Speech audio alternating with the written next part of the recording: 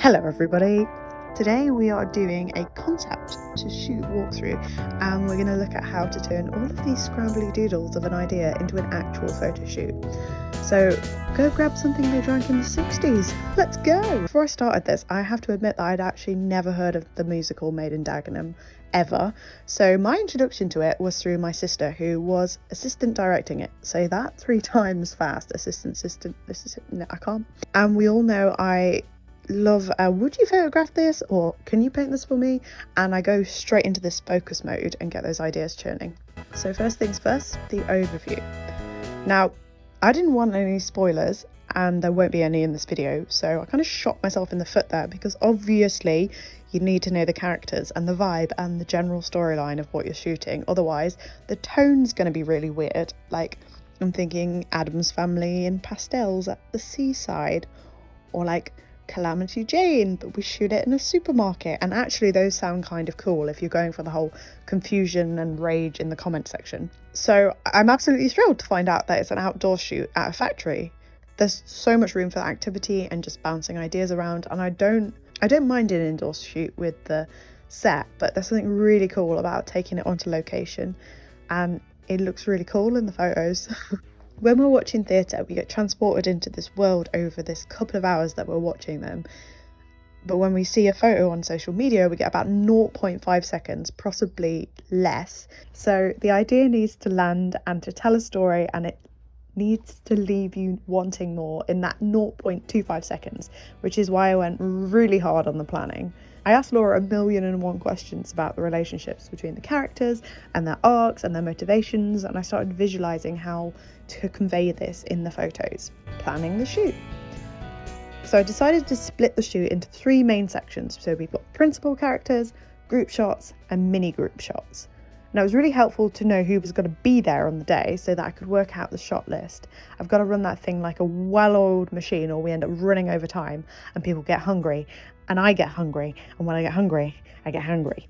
So I did a little bit of research on what the film looked like and other promos and the stuff from the productions that have done it before, but I didn't want to get too influenced by it, so I spent the rest of the time drawing really bad stick people, and I'm going through the characters categorically, making sure that there's this clear flow between the pictures and that I'm optimizing the use of the groups. And that sounds really specific scientifically or something, but it just means that I'm not having people staring into the sun, I'm not having people banding up for a group shot and then disbanding and then going back and forth, and I'm not having them stuck in any awkward poses for a long time, which means that I have to set a time for each shot, and I put them all on this massive spreadsheet to convey it to everybody else. And then on the day I ended up just working from the doodles. I often find that one-to-one photography, even when people have a character to play, they still can feel really awkward in front of a lens.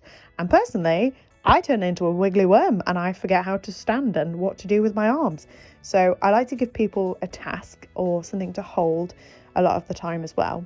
And the theme for the character shots was, hey, you caught me on my break. So I chose an idea for each character that fit them, and I kept things open as well, just in case the cast had a better idea for their character, and a lot of the time they did, and that was great. This is my little section to shout out to Lily for being my guinea pig volunteer person, because I like to start the photo shoot where I have the test shots all set up, and that was normally while everyone was getting ready. And I always got to wake up my kind of like my eyeballs, I don't know how else to describe it, kind of like stretching before a run. Not that I run, I mean I tried it and it turned out not to be very fun at all. So thanks Lily, because you managed to help me get all of my bad photos out of the way before we started the good stuff. So we've got the mains with their character portraits, and I've got 5 minutes with each cast member to keep to the time. We've got to move pretty fast. I like to try and set up a fun and relaxed vibe, so hopefully that happened. And that normally catches the person in their best light because their smiles are real. With a massive group of people, it can be like herding sheep, but luckily when you work with 30 groups, they're pretty good at knowing how to pose already, they know how to fill the space out properly. And I find that if you give people a spot to be looking at and you use things like countdowns and you give them a scenario that helps them bring their character out, you can get some really good shots. Now, one of my favourite ones was where all the female cast in the background is yelling, and they were yelling for real. And then I got Rita looking into the camera. I was kind of going for like a break the fourth wall kind of feeling. So this intensity comes from her, but it's also a different kind of intensity from Rita in the background. I really like this one of the male cast. I told them they were given GQ energy, and the eye line being really low down makes them feel really powerful. Now, I'm a big advocate for giving it 110% in the photo. So that means like real yelling and real arm wrestles and real walking, because it captures this like realistic aspect that I feel like you need that alongside the camp side of musical theatre. Now, the instruction for this one ended up being, look at me like you want to murder me. And I think they did a pretty good job.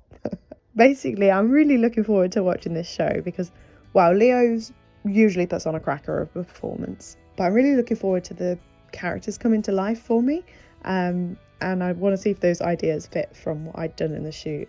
I'm really pleased that I got a chance to work with them because it was a lot of fun. I hope this gave a bit of a scrambled insight into how I take an idea into reality. And I want to give a shout out to Amy for letting me steal her videos so I can make this video. Also, go see the show, or Rita here is gonna hit you with that big sign. Look at her.